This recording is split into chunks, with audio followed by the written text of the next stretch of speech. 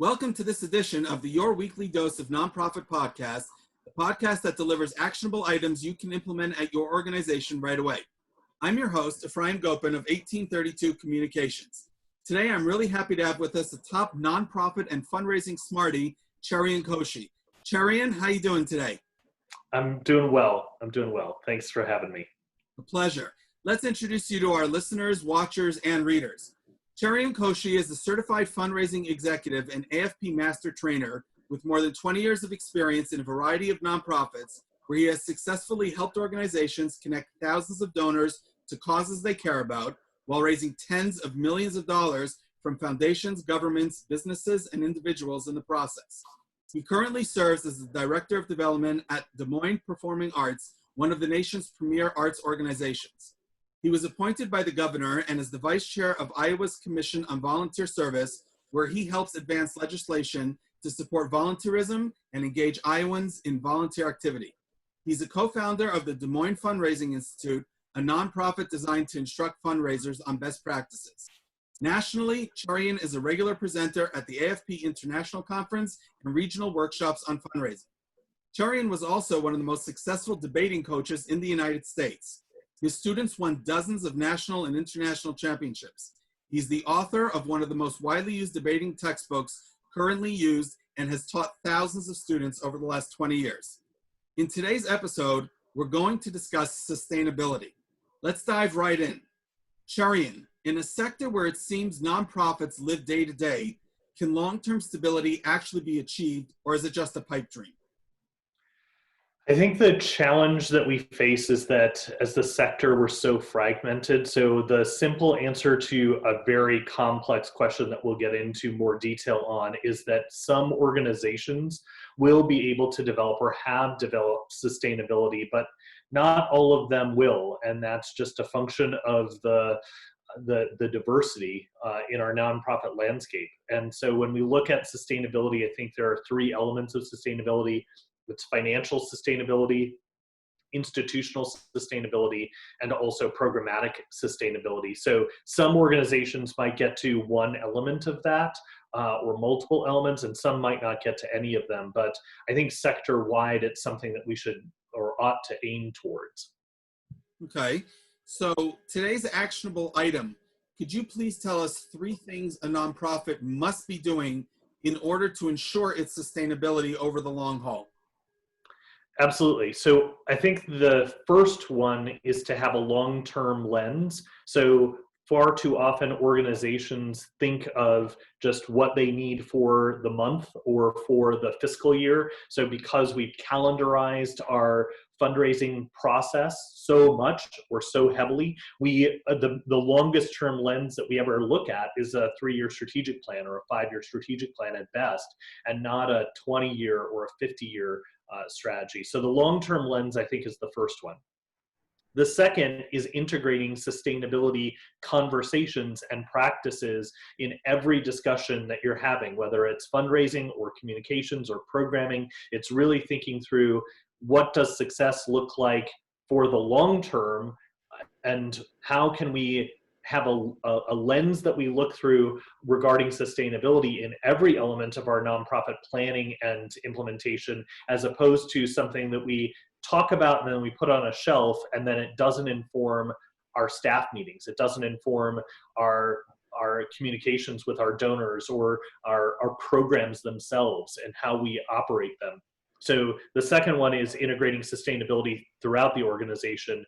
And the last one is diversifying our strategies, diversifying our funding sources, but diversifying generally. And the reason for that is that far too often organizations find a niche that's working and they dive deep into that niche and say, this is the thing that we're going to do. And then we build our thinking into that rut and to say, this is what's worked and this is what we've done before, and so we're going to continue to do what's working, as opposed to intentionally saying we've got to jump out of this rut and approach our problems and potential solutions from the perspective of breaking out of the box that we've created and diversifying our strategies, whether that's our fundraising sources, saying we've traditionally raised money from foundations and grant making organizations, we need to do a better job with our individual donors, or we've only focused on major donors before and we need a more comprehensive view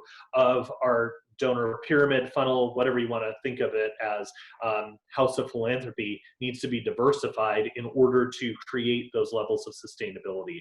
I think those are the three things that, just in my view, come to top of mind when it comes to actionable items, but there's a myriad of other possibilities of thinking through what sustainability looks like. Those are just the ones that jump out to me. Okay, that last one especially about diversification of fundraising sources. So as a fundraiser, how do you balance your organization's immediate needs versus long-term stability when dealing with donors? That's a great question. And so just taking a page out of the book that I've recommended, we have sustainability conversations with our donors. So it's a regular practice to focus on the long-term elements of the organization, but also the long view of a donor relationship.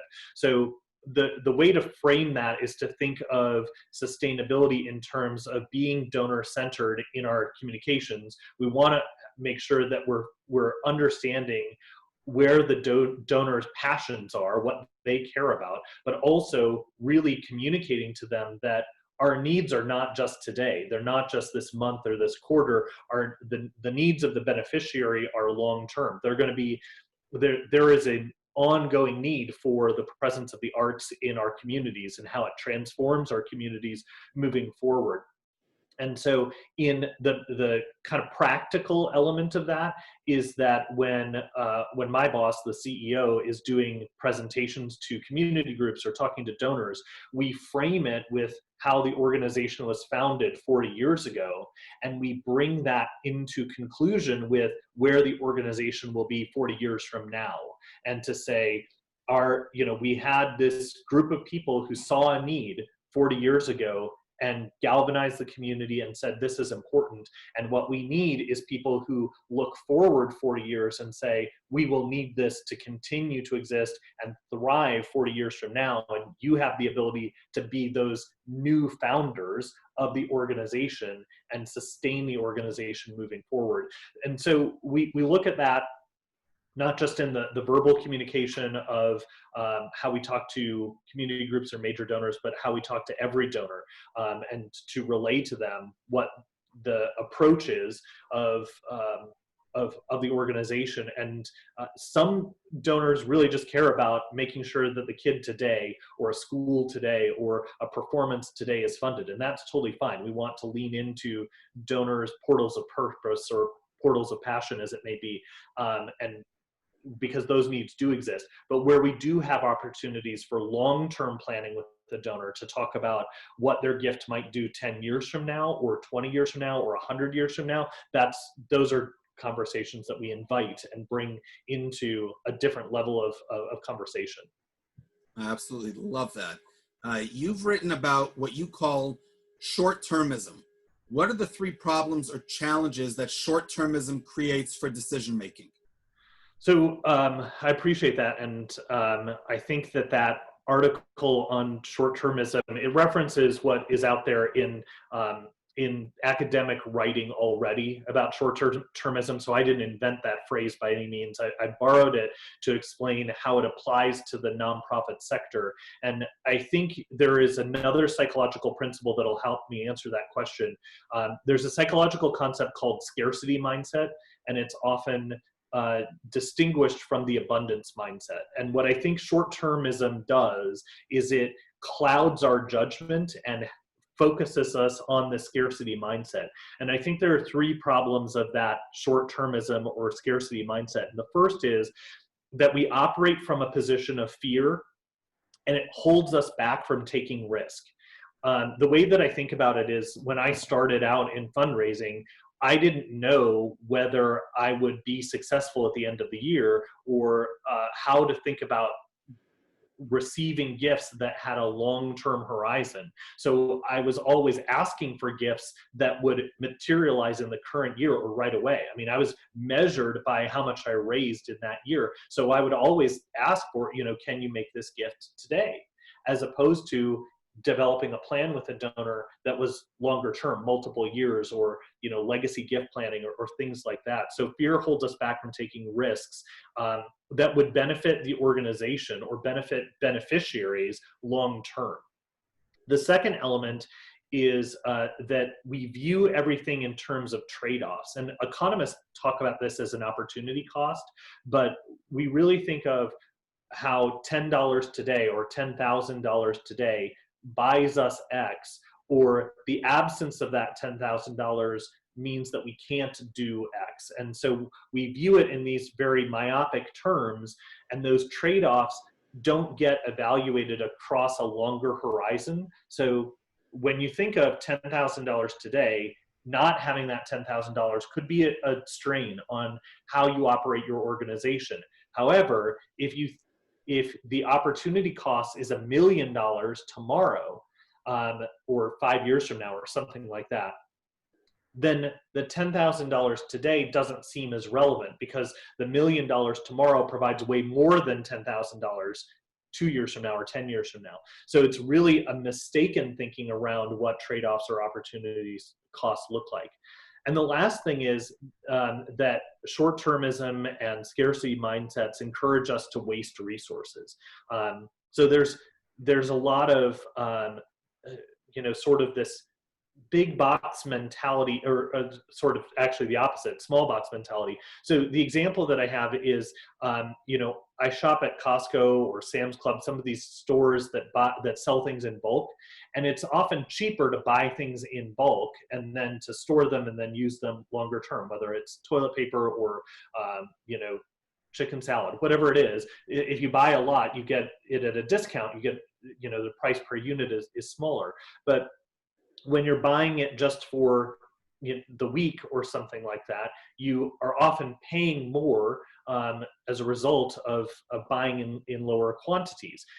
I get that that's a simple kind of individualistic example, but when we view things as a short term, we end up wasting the resources that donors have entrusted to us by spending more than we should and solving problems that are near term to us, things that are happening right now, as opposed to saying, if we stewarded donor dollars well and had a longer view, we could solve a larger problem for a longer period of time. And there are countless examples from various nonprofits where that scarcity mindset ends up just resulting in kind of churn, like dollars just vaporizing, because we feel like we have to solve this problem today as opposed to solve a larger problem over the long term.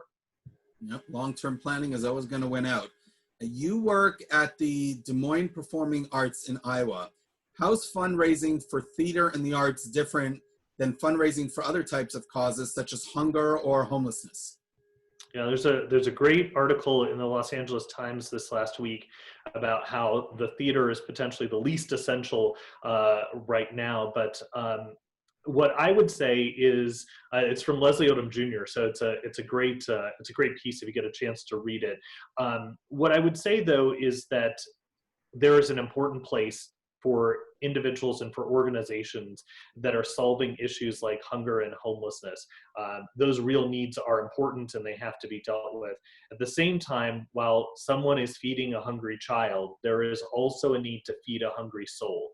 And a complete human is someone that has all of their needs addressed and taken care of. And so I firmly believe, personally and professionally, that we are incomplete until all of those types of needs, the things that feed our stomachs, but also that give us joy, are important and teach us things and remind us of where we have been as a people and where we are going as a people. And this article that I referenced talks about how the experience of live performing arts is how community catharsis happens. In that moment where we are confronted with someone else's story, we are engaging with that artist and also engaging with the rest of our audience, our audience members, our fellow audiences, to come up and confront some of these issues in a way that is healthy and appropriate. And if we don't have those types of opportunities, then they occur in other places where they are not shaped in the best way, and they're not handled in the best way. But I really do believe theater and the arts tell stories that wouldn't be told otherwise, and those stories are what make us human. And so I've always enjoyed raising money for the arts, and I know that there are so many donors who are passionate about ensuring that element of who we are as a people. And I don't mean that as Americans, and I think that's true universally. I think there are universal truths. Story is the currency of every culture. Every culture throughout history, story has been the way in which we communicate values to one another in a current time, but it's how we take stories from our ancestors and pass them down to our descendants. And that's what creates the continuity of humanity that makes life worth living. I love that answer. Let's move on to the lightning round and learn more about Cherian. What got you started on your nonprofit career path? So I'm sure that as a child, I was involved in fundraising things, as a little kid, and a lot of transactional things. But when my first job out of college, or out of high school, was to be what they call in the UK a chugger. I went door to door doing fundraising for organizations like the Sierra Club and Human Rights Campaign and a number of other organizations. So I learned rejection very fast and very often as a result of that. 200 doors a night, and response rate of maybe 5% or something like that. But yeah, I got my start, and once you do that, a lot of other fundraising seems easy.